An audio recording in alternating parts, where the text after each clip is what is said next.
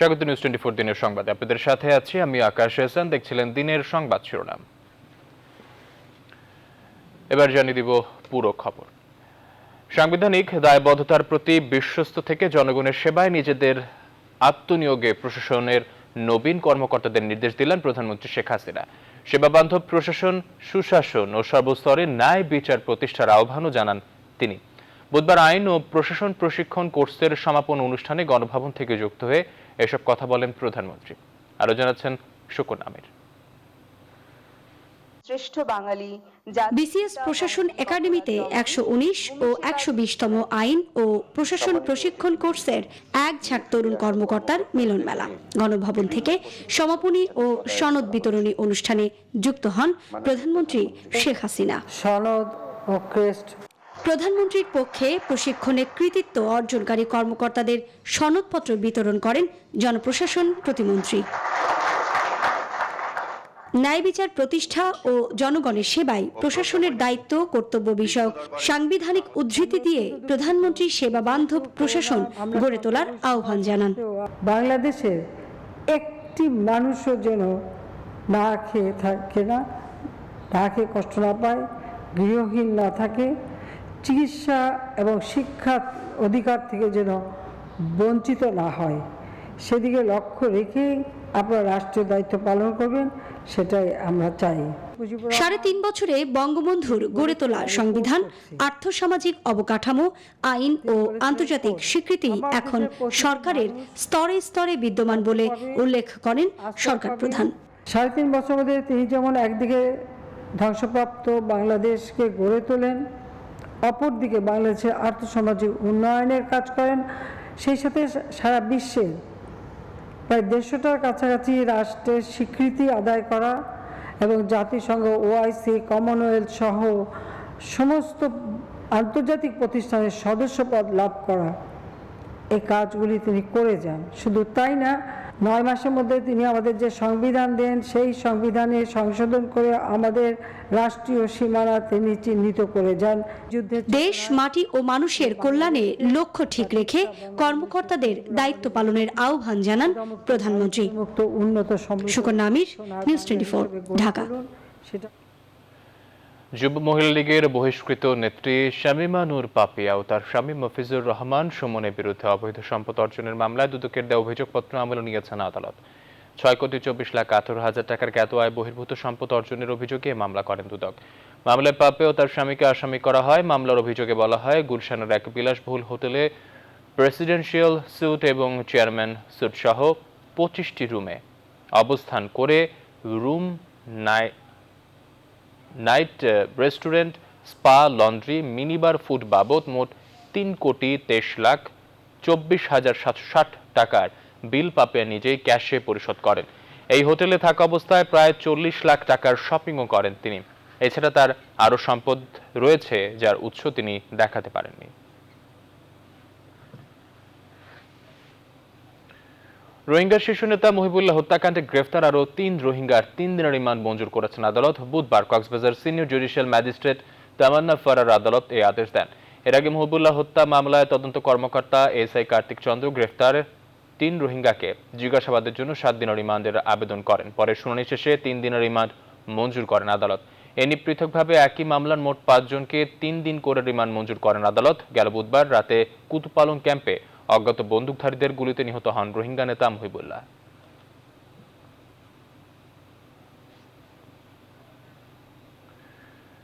চট্টগ্রাম কাস্টমসের নিলামে উঠেছে পর্যটন সুবিধায় আনা rover, Mercedes, land cruiser, Jaguar সহ নানা নামি দামি ব্র্যান্ডের 119 গাড়ি। শুল্ক মুক্ত সুবিধার অপব্যবহার করে আনা এসব ব্র্যান্ডের গাড়ি বেশ কবার নিলামে তোলা হলেও কাঙ্ক্ষিত দাম না পাওয়ায় বিক্রি হয়নি। এবার নিষ্পত্তি করতে রাজস্ব বোর্ডের নির্দেশে 5 সদস্যের কমিটি গঠন করা হয়।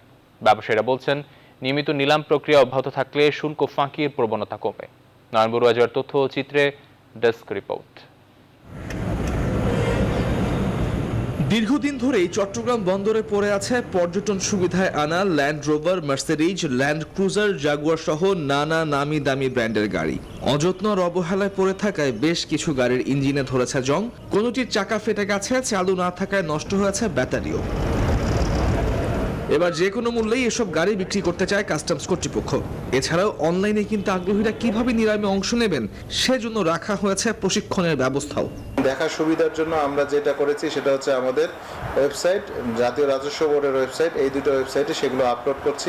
বাণিজ্য মন্ত্রণালয়ের ক্লিয়ারেন্সের জন্য আটকে যায় এসব গাড়ির নিলাম, তবে এবার ভিন্ন পরিকল্পনায় কাস্টমস।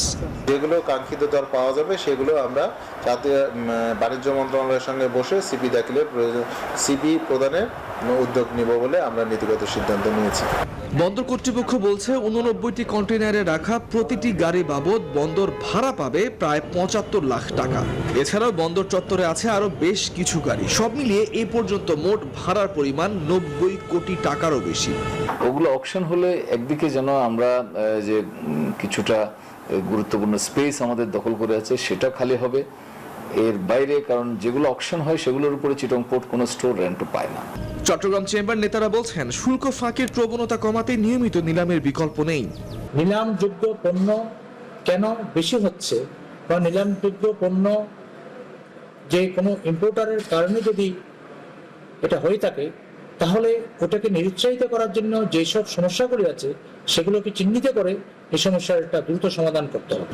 কর ফাঁকি দিয়ে আমদানিকারকদের চিহ্নিত করে আইনের আওতায় আনার দাবি তাই বন্দর সংশ্লিষ্টদের। Text report, news 24। বিদেশি চ্যানেল ক্লিন ফিট দিয়েই চালাতে হবে, আর সময় দেওয়ার সুযোগ নেই। আবার জানিয়ে দিলেন তথ্যমন্ত্রী ডক্টর হাসান মাহমুদ। সচিবালয়ে বাংলাদেশ সেক্রেটারি রিপোর্টার্স ফোরাম আয়োজিত সংলাপে কথা বলেন তিনি। বলেন, বিদেশি শিল্পী দিয়ে বিজ্ঞাপন করলে শিল্পী প্রতি 2 লাখ টাকা এনবিআরকে দিতে হবে। এই বিজ্ঞাপন প্রচার করবে যে চ্যানেল তাদের 20,000 টাকা দিতে হবে। খুব শীঘ্রই এই পরিপত্র জারি করা হবে। আগামী বছর থেকে অনলাইনে প্রকাশ করতে হলে আত্মপ্রকাশ করার আগে রেজিস্ট্রেশন করবার কথা বলেন তথ্যমন্ত্রী।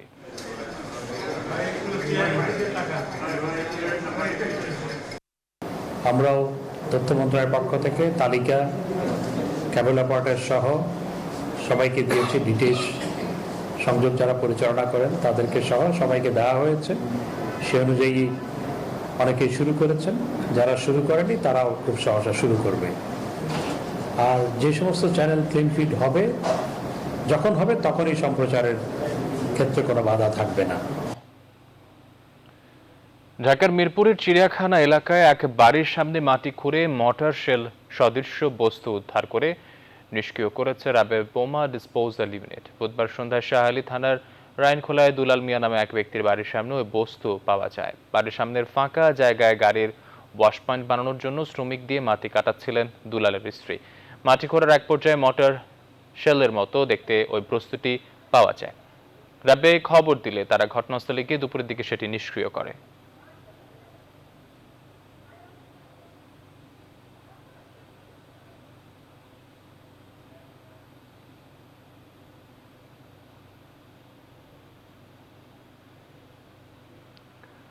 আওয়ামী লীগের সাধারণ সম্পাদক ওবায়দুল কাদের বলেছেন নির্বাচনকালীন সরকার দিয়ে আলোচনার কোনো প্রয়োজন নেই।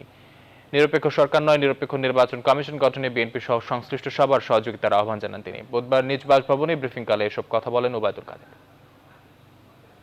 দেশের মানুষ এতটা বিভ্রান্ত নয় যে তারা বিএনপির হঠকারী রাজনীতির ফাঁদে ঝাঁপ দেবে। জনগণ যে তাদের থেকে মুখ ফিরিয়ে নিয়েছে অনেক আগেই, সেটা সাম্প্রতিক উপনির্বাচন এবং স্থানীয় সরকার নির্বাচনে পরিষ্কার হয়ে গেছে। ঋতু পরিবর্তনের সাথে সাথে ঠান্ডাজনিত নানা রোগে আক্রান্ত হচ্ছে শিশুরা, ফলে হাসপাতালে রোগীদের ভিড় বেড়েছে।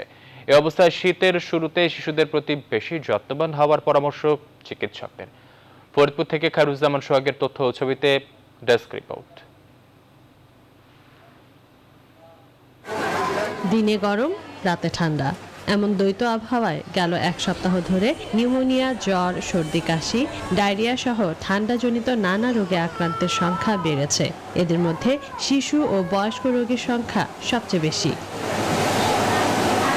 এতে করে ফরিদপুরের সরকারি ও বেসরকারি সব হাসপাতালে স্বাভাবিকের চেয়ে কয়েক গুণ বেশি রোগী ভর্তি হচ্ছেন। হাসপাতালগুলোয় দেখা দিয়েছে শয্যা সংকট। বারান্দা ও মেঝেতে অবস্থান নিয়েছেন অনেকে।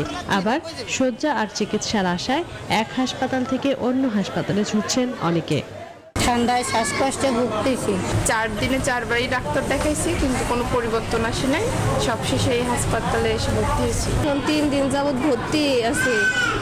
গ্রামে ডাক্তার দেখেছিলাম, তো কোনো কাজ হয় নাই। তো আজকে ফরিদপুর আসছি ডাক্তারের কাছে, দেখি ডাক্তার কি বলে। হঠাৎ হাসপাতালে রোগীর চাপ বৃদ্ধি পাওয়ায় চাপ সামলাতে হিমশিম খেতে হচ্ছে নার্সদের। এখন হচ্ছে আগের তুলনায় রোগীর সংখ্যা অনেকটা বেশি। স্বাভাবিকের চেয়ে দ্বিগুণ, যেটা আমাদের পক্ষে সেবা দেওয়া একটু কষ্ট হইতেছে। শিশুদের রোগ প্রতিরোধ ক্ষমতা কম থাকায় দ্রুত রোগে আক্রান্ত হচ্ছে। এজন্য শীত মৌসুমের শুরুতেই তাদের প্রতি অধিক যত্নবান হওয়ার পরামর্শ বিশেষজ্ঞ চিকিৎসকদের। যখন গোসল করাবে একটু ঠান্ডা পানি গরম পানি মিশায় সেভাবে গোসল করাবে। আবার যেই বাচ্চা ঘন ঘন সর্দি কাশি লাগতেছে সেই বাচ্চাকে 1 দিন 2 দিন পর পর গোসল করাইতে হবে এবং পর্যাপ্ত পরিমাণে পুষ্টিকর খাবার দাবার দিতে হবে। শিশুদের উপযোগী খাবার দেওয়ার পরামর্শ চিকিৎসকদের। Desk report, news 24। আজ শুভ মহালয়া, শারদীয় দুর্গোৎসবের ক্ষণগণনা শুরুর দিন। মহালয়ায় ঘট স্থাপন, বিশেষ পূজা, শঙ্খের ধ্বনি ও চণ্ডীপাঠের মধ্য দিয়ে দেবী দুর্গাকে মর্তে আহ্বান জানান সনাতন ধর্মাবলম্বীরা। এদিন পূর্বপুরুষদের তর্পণ দান করেন তারা। মহালয়ার দিনে মৃত ব্যক্তির শ্রাদ্ধ শান্তি করলে তার আত্মা মুক্তি লাভ করে বলে বিশ্বাস সনাতন ধর্মাবলম্বীদের। অন্তরা বিশ্বাসের প্রতিবেদন।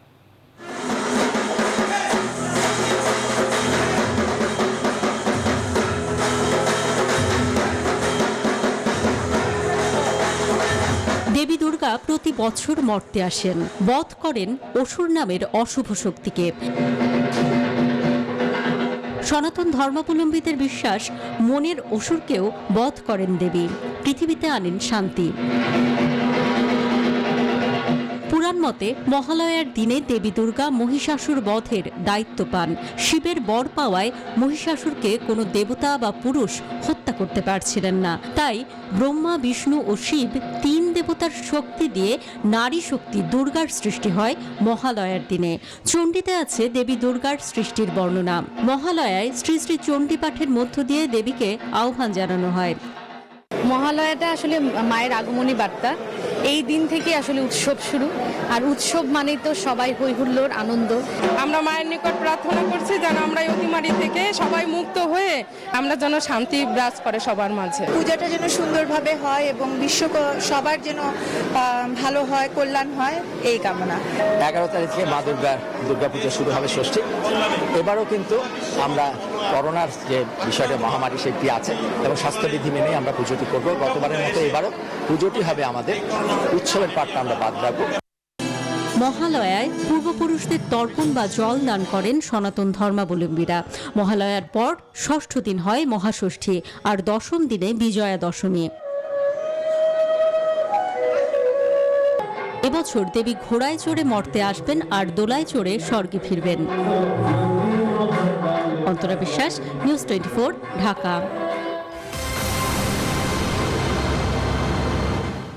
বিরতির পর আবার স্বাগত দিনের সংবাদে। ঢাকা দক্ষিণ সিটি মেয়র শেখ ফজলে নূর তাপস বলেছেন, ডিএনসিসির 39 ওয়ার্ডে অন্তর্বর্তী বর্জ্য স্থানান্তর কেন্দ্র নির্মাণের ফলে ঢাকা দক্ষিণ সিটি কর্পোরেশনের রাস্তাঘাটে যত্রতত্র ময়লা আবর্জনা 50% কমিয়ে আনা সম্ভব হয়েছে। বাকি 36টি চলতি বছরে নির্মাণ শেষ হলে শতভাগ ফল পাওয়া যাবে। বুধবার রাজধানীর বাসাবো 5 ও 6 নং ওয়ার্ডে নবনির্মিত 2টি STS এর উদ্বোধন অনুষ্ঠানে সব কথা বলেন তিনি। মেয়র বলেন, নগরের রাস্তাঘাটে যত্রতত্র ময়লা আবর্জনা দেখতে চাই না, STS করতে পর্যাপ্ত জায়গা দরকার, কিন্তু সিটি কর্পোরেশনের সেই পরিমাণ জায়গা নেই। এজন্য ঢাকা জেলা প্রশাসন এবং সরকারের অন্যান্য সংস্থার কাছ থেকে জায়গা নেওয়া হয়েছে। আগে যেখানে ঢাকা শহরে 100% বর্জ্যই রাস্তার উপরে উপচে পড়তো, নর্দমাগুলো ভরাট করে ফেলতো, খালগুলো ভরাট করে ফেলতো, এখন পর্যায়ক্রমে সেটা কমে আসছে। এরই মাঝে আমরা 50 ভাগে নামিয়ে নিয়ে আসতে পেরেছি। আমাদের সবগুলো হয়ে গেলে আমরা 100 ভাগে ইনশাল্লাহ বর্জ্য মুক্ত শহর আমরা ঢাকাবাসীকে উপহার দিতে পারবো। দেশে করোনা পরিস্থিতি অনেকটা নিয়ন্ত্রণে। প্রায় 2 মাস ধরে নিম্নমুখী করোনায় দৈনিক আক্রান্ত, মৃত্যু ও শনাক্তের হার। 24 ঘন্টায় করোনা উপসর্গে কয়েক জেলায় প্রাণ হারিয়েছেন 13 জন। রাজশাহী মেডিকেলের করোনা ওয়ার্ডে 3 জনের মৃত্যু হয়েছে। ময়মনসিংহ মেডিকেল কলেজ হাসপাতালের করোনা ইউনিটে 3 জনের মৃত্যু হয়। এছাড়া চট্টগ্রামে 3, কুষ্টিয়ায় 1, সাতক্ষীরায় 2 ও যশোরে 1 জন মারা গেছেন।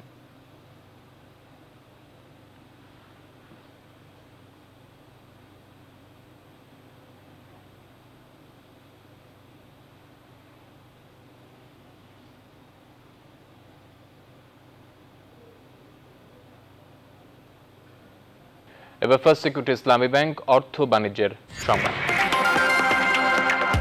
খুব দ্রুত এনবিআর এর যাবতীয় কর আহরণ হবে অটোমেশনের মাধ্যমে, এমন আশাবাদ জানিয়েছেন সংস্থার চেয়ারম্যান। জাতীয় রাজস্ব বোর্ড ভবনে আয়োজিত উৎসে কর আদায় অটোমেশন সেবা ইটিডিএস উদ্বোধনকালে তিনি এমনটা জানান। তবে অনুষ্ঠানে উপস্থিত অর্থ বিভাগের সচিব বলেন, দেশের 2 কোটি মানুষ কর দেয়ার উপযুক্ত হলেও মাত্র 10% থেকে আদায় করা সম্ভব হচ্ছে। সুলতান আহমেদ জানাচ্ছেন বিস্তারিত। আয়কর আদায়ের অন্যতম মাধ্যম উৎসে কর। এখন থেকে যা আদায় হবে পুরোপুরি কাগজপত্রবিহীন উপায়ে। এর আগে হাতে গোনা কয়েকটি অঞ্চলেই উৎসে কর আদায়ে অটোমেশন চালু থাকলেও এখন থেকেই সেবা নেওয়া যাবে পুরো দেশব্যাপী। ইটিডিএস নামের এই সেবার উদ্বোধন করা হয় জাতীয় রাজস্ব বোর্ড ভবনে। অনুষ্ঠানে অর্থ বিভাগের সিনিয়র সচিব বলেন, শুধু উৎসে কর নয়, অটোমেশন চালু করতে হবে আয়কর সহ সব ধরনের কর ব্যবস্থায়। জানান, কর আহরণ অটোমেশন করা হলে করদাতার সংখ্যাও বাড়বে কয়েক গুণ। আমি আপনাদেরকে কিন্তু ট্যাক্স রেট বাড়াতে বলছি না, আপনি যদি নেটটা বাড়াতে পারেন, বাংলাদেশে আমাদের হিসাবে অন্তত 2 কোটি লোক ট্যাক্স দিতে পারে, সেখানে ট্যাক্স দেয় 10%, 20-25 লাখ লোক ট্যাক্স দিচ্ছে। আমরা যদি 2 কোটি লোককে ট্যাক্সের নেটে আনতে পারি, আপনি আরো ট্যাক্স রেট কমাই দেন, কোনো অসুবিধা নেই, তাতে আমার কয়েক গুণ ট্যাক্স বাড়িয়ে যাবে। তবে অনুষ্ঠানের প্রধান অতিথি মহা হিসাব নিরীক্ষক মনে করেন, সরকারি সব ধরনের সেবায় কাগজ কলমের ব্যবহার বাদ দিতে হবে। অটোমেশন হলে সরকারের বড় অঙ্কের অর্থ সাশ্রয় হবে বলেও আশাবাদ জানান তিনি। মানে ইয়াং অফিসাররা বুঝে ধরে ফেলেছে, এটাতে আমি রিয়েলি মোর দেন হ্যাপি। এবং আমি আশা করব আমাদের ইনকাম ট্যাক্সের বাইরে অন্যরাও করছেন, এখনো ভ্যাটও হচ্ছে, আমার মনে হয় যত তাড়াতাড়ি হয় ততই আমাদের জন্য মঙ্গল। জাতীয় রাজস্ব বোর্ড চেয়ারম্যানও সহমত পোষণ করেন অটোমেশন নিয়ে। জানান, এনবিআর এর পুরো ব্যবস্থাকে অটোমেশনে নেয়ার কাজ করছেন তারা। আমি এখানে আরেকটা টিম করে দিচ্ছি, যারা ইনোভেশন টিম। যখন একটি সিস্টেম আমার হিসাব নিকাশ করে দিচ্ছে, যখন একটি সিস্টেম আমার ট্যাক্স কালেকশন করে ফেলছে, এবং সেই সিস্টেমে আমি একটা আইন তৈরি করছি, সেই আইনের ভিত্তিতে সেই সিস্টেমটাকে কিছু ফর্মুলা দিয়ে দেওয়া হয়েছে। এনবিআর এর হিসেব বলছে, চলতি অর্থ বছরের প্রথম 2 মাসে রাজস্ব আদায়ে প্রায় 15% প্রবৃদ্ধি হয়েছে। সুলতান আহমেদ, নিউজ 24, ঢাকা। শুরু হলো মাঠ পর্যায়ে বসুন্ধরা এলপি গ্যাসের সার্ভিস ক্যাম্প টিমের কার্যক্রম। বুধবার সকালে বসুন্ধরা হেডকোয়ার্টার 2-এর রেজিস্ট্রেশন করা গ্রাহকদের ফ্রি সিলিন্ডার সার্ভিসিং দেওয়ার মধ্য দিয়ে সার্ভিস ক্যাম্প টিমের যাত্রার আনুষ্ঠানিক ঘোষণা করেন বসুন্ধরা গ্রুপের ব্র্যান্ড অ্যান্ড মার্কেটিং সেক্টরের সিইও এম জসিমউদ্দিন। পর্যায়ক্রমে সারা দেশে বিভিন্ন ধাপে কার্যক্রম চলমান থাকবে। বসুন্ধরা এলপি গ্যাসের সার্ভিস টিম স্বাস্থ্যবিধি মেনে পৌঁছে যাবে গ্রাহকের কাছে। গেল বছরের 19 এপ্রিল বাস্তবায়ন হয় এই ক্যাম্পেইনের পরীক্ষামূলক প্রকল্প। কোভিড পরিস্থিতির কারণে স্থগিত রাখা হয় পরবর্তী কার্যক্রম। সে পাইলট প্রকল্পের ব্যাপক সাফল্য এবং ভোক্তাদের অনুরোধে সারা দেশে ফ্রি সার্ভিস ক্যাম্পেইন আনুষ্ঠানিক যাত্রা শুরু করে বসুন্ধরা এলপি গ্যাস।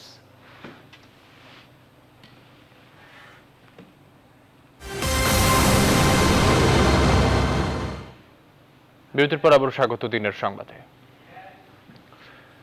কয়েক ঘন্টার ফেসবুক বিভ্রাটের ঘটনার একদিনের মাথায় এবার প্রতিষ্ঠানটির বিরুদ্ধে গুরুতর অভিযোগ তুললেন সাবেক কর্মী ফ্রান্সিস হাইগেন। সামাজিক এই যোগাযোগ মাধ্যমে শিশুদের ক্ষতি এবং গণতন্ত্রকে দুর্বল করে তুলছে। মঙ্গলবার মার্কিন কংগ্রেসের শুনানিতে এমন অভিযোগ করেছেন তিনি। আর এমন বিস্ফোরক মন্তব্যের পরেই মার্কিন আইন প্রণেতাদের তোপের মুখে পড়েছে ফেসবুক। নিবির আমিনের ডেস্ক রিপোর্ট। প্রায় 6 ঘন্টা সার্ভার ডাউন থাকার ঘটনায় 2 দিন ধরেই বিশ্বজুড়ে আলোচনার কেন্দ্রবিন্দুতে ফেসবুক। আর এরই মধ্যে মার্কিন কংগ্রেসের শুনানিতে জনপ্রিয় যোগাযোগ মাধ্যমের বিরুদ্ধে উঠে এলো গুরুতর অভিযোগ। মঙ্গলবার শুনানিতে অংশ নেন ফেসবুকের সাবেক কর্মী ফ্রান্সিস হাউগেন। শুধুমাত্র মুনাফার দিকেই নজর দিচ্ছেন ফেসবুকের সিইও মার্ক জাকারবার্গ। প্ল্যাটফর্মটির নীতি নির্ধারকরা জানেন কিভাবে ফেসবুক, ইনস্টাগ্রাম আরো নিরাপদ করা যায়। তবে এ নিয়ে তাদের কোনো মাথা ব্যথা নেই। সবকিছু জানার পরেও কোনো পরিবর্তন আনছেন না তারা। এ অবস্থায় শুনানিতে মার্কিন আইন প্রণেতাদের ব্যবস্থা নেয়ার আর্জি জানান ফ্রান্সিস। শুনানির দিন ডেমোক্রেট ও রিপাবলিকান আইন প্রণেতাদের দুপক্ষই ফেসবুকের বিভিন্ন বিষয়ে ক্ষুব্ধ প্রতিক্রিয়া জানান। নিজেদের পণ্যগুলো সিগারেটের মতোই আসক্তি। ফেসবুক জানে সেটা। আমাদের শিশুরাই এর শিকার হচ্ছে ভয়াবহভাবে। মার্ক জাকারবার্গের উচিত আয়নায় নিজের চেহারাটা দেখা। ফেসবুকের ৯৯% সহিংস কন্টেন্ট তদারক না করে রেখে দেয়া নিয়ে সমালোচনা করেছেন আইন প্রণেতাদের বেশ কয়েকজন।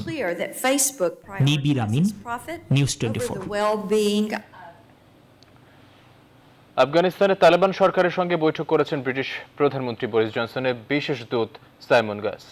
এপি জানায়, মঙ্গলবার জনসনের আফগানিস্তান বিষয়ক উচ্চ পর্যায়ের প্রতিনিধি সাইমনের সঙ্গে ওই বৈঠকে অংশ নেন তালেবান সরকারের ভারপ্রাপ্ত পররাষ্ট্রমন্ত্রী আমির খান মুত্তাকি, উপপ্রধানমন্ত্রী মোল্লা আব্দুল গনি ব্রাদার ও আব্দুস সালাম হানাফি।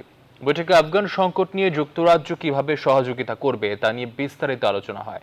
এছাড়া সংখ্যালঘুদের নিয়ে উদ্বেগ এবং নারী অধিকার নিয়ে আলোচনা হয়। বৈঠকে কাবুলের মানবিক সংকট ও সুরক্ষার উপায় নিয়েও আলোচনা হয়েছে।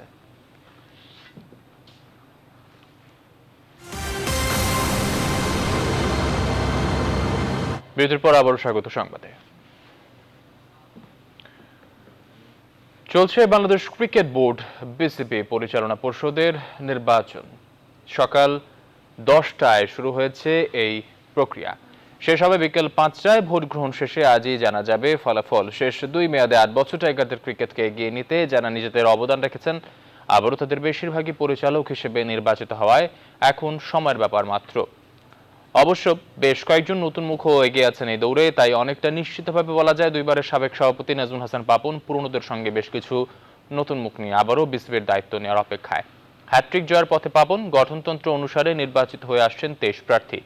এর মধ্যে বিনা প্রতিদ্বন্দ্বিতায় 7 জন নির্বাচিত হয়েছেন। এছাড়া আরও 2 জন পরিচালক আসবেন জাতীয় ক্রীড়া পরিষদ এনএসসি থেকে, তাদের নামও চূড়ান্ত। জানা গেছে সাবেক মিডিয়া বিভাগের চেয়ারম্যান জালাল ইউনুস ও আহমেদ সাজ্জাদুল আলম ববিকে চূড়ান্ত করতে যাচ্ছে এনএসসি। নির্বাচন হবে 3 ক্যাটাগরিতে।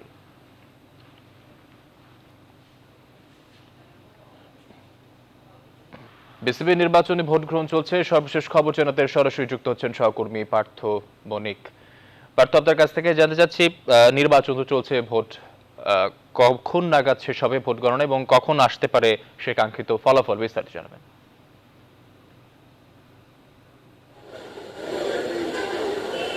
আকাশ, সকাল 10টা থেকে ভোট গ্রহণ শুরু হয়েছে এবং বিকাল 5টা পর্যন্ত চলবে এবং আজকে আমরা অনানুষ্ঠানিকভাবে জানতে পারবো যে কারা কারা নির্বাচিত হতে যাচ্ছেন। কারণ আপনি দেখতে পাচ্ছেন চারপাশে পুরো বিসিবি কিন্তু একটা উৎসবের আমেজের মধ্যে রয়েছে।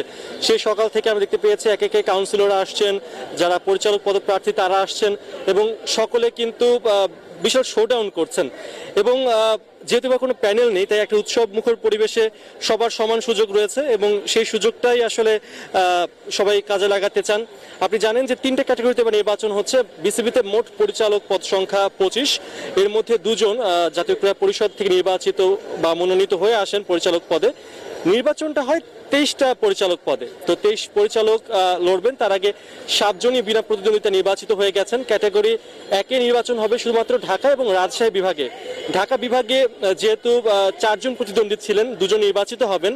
তবে আমরা দেখতে পেয়েছি যে গতকাল রাতেই কিন্তু 2 জন প্রত্যাহার করে নিয়েছেন, আশফাকুল ইসলাম টিটু এবং আরেকজন রয়েছেন, তিনি নাম প্রত্যাহার করে নিয়েছেন, যার ফলে এখন পর্যন্ত ঢাকা বিভাগ থেকে 2 জনই যে 2 জন রয়েছেন নির্বাচনের মাঠে তারাই নির্বাচিত হবেন। এছাড়া রাজশাহী বিভাগে স্বপন চৌধুরী এবং খালেদ মাসুদ পাইলটের মধ্যে লড়াইটা হচ্ছে। এখান থেকে একজন পরিচালক পদ নির্বাচিত হয়ে আসবেন। সবচেয়ে বড় জমজমাট যে জমজমাট ক্ষেত্র বলা হচ্ছে ক্যাটাগরি 2, সেখানে 16 জনের মধ্যে 16 জন রয়েছেন, সেখান থেকে 12 জন নির্বাচিত হবেন, যেখানে বিসিবি বর্তমান সভাপতি নাজমুল হাসান পাপন রয়েছেন। আর পাশাপাশি ক্যাটাগরি 3-তে খালেদ মাহমুদ সুজনের প্রতিদ্বন্দ্বিতা করছে নাজমুল আবেদিন ফাহিম, যিনি কিনা প্রখ্যাত কোচ বাংলাদেশ ক্রিকেটের। তো বলা যেতে পারে যে আজকে নির্বাচনটা খুবই হাড্ডাহাড্ডি হবে এবং একটা সৌহার্দ্যপূর্ণ পরিবেশ বিরাজ করছে।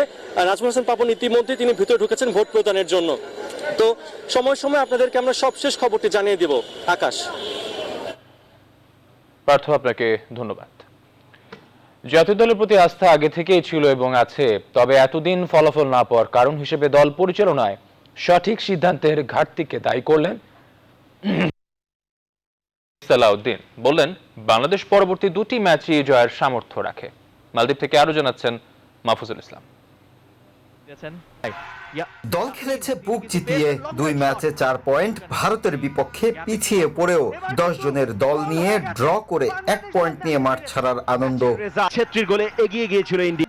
ফুটবলাররাই শুধু নন, পুরো দুনিয়া জুড়ে ছড়িয়ে ছিটিয়ে থাকা বাংলাদেশিদের সঙ্গে স্টেডিয়ামে উপস্থিত দর্শকদের মাঝেও ছড়িয়েছে এই আনন্দের সুবাতাস। সবার মতো দল নিয়ে আত্মবিশ্বাসী বাফুফে বস। আমি কিরগিজস্তান থেকে আসার পরে কিরগিজস্তানের the team did very well, but আমার বিশ্বাস ছিল যে এই টিম এত খারাপ না, এই যে management problem, that was my concept. সেই জন্য আমি এই চেঞ্জটা করেছি। আর টিম যে ভালো খেলবে এই বিশ্বাসটা আমার continuous, that is one of the reason I am sitting here. Final খেলতে চায়, বাকি 2 ম্যাচ জয় যার সামর্থ্য এই দলটার আছে বলছেন কাজী সালাউদ্দিন। আপনাকে ফাইনাল খেলতে গেলে you have to beat Bangladesh, you have to beat Nepal. এবং এই কাজটা আমার টিমই পারবে, আমরা ম্যানেজমেন্ট পাবো না, কোচও পাবো না, প্লেয়ার গুলো। এটা খেলতে গেলে অপোনেন্ট যে দুজন আছে, I don't think it's difficult to beat them. সাফে আসার ঠিক শেষ মুহূর্তে কোচ বদল, অস্কারের অধীনে অল্প সময়ের অনুশীলনেই মিলেছে আত্মবিশ্বাসী বাংলাদেশ। আমি footballer basically, and I was a coach also. ওর সাথে কিছু আলাপ করাতে I found out that we are on the same page. তখন আই ডিসাইডেড যে I will ask Oscar to take over. Mahfuzul Islam, news 24, Male, মালদ্বীপ। দর্শক, এই ছিল এখনকার আয়োজন। এতক্ষণ সাথে থাকার জন্য ধন্যবাদ সবাইকে।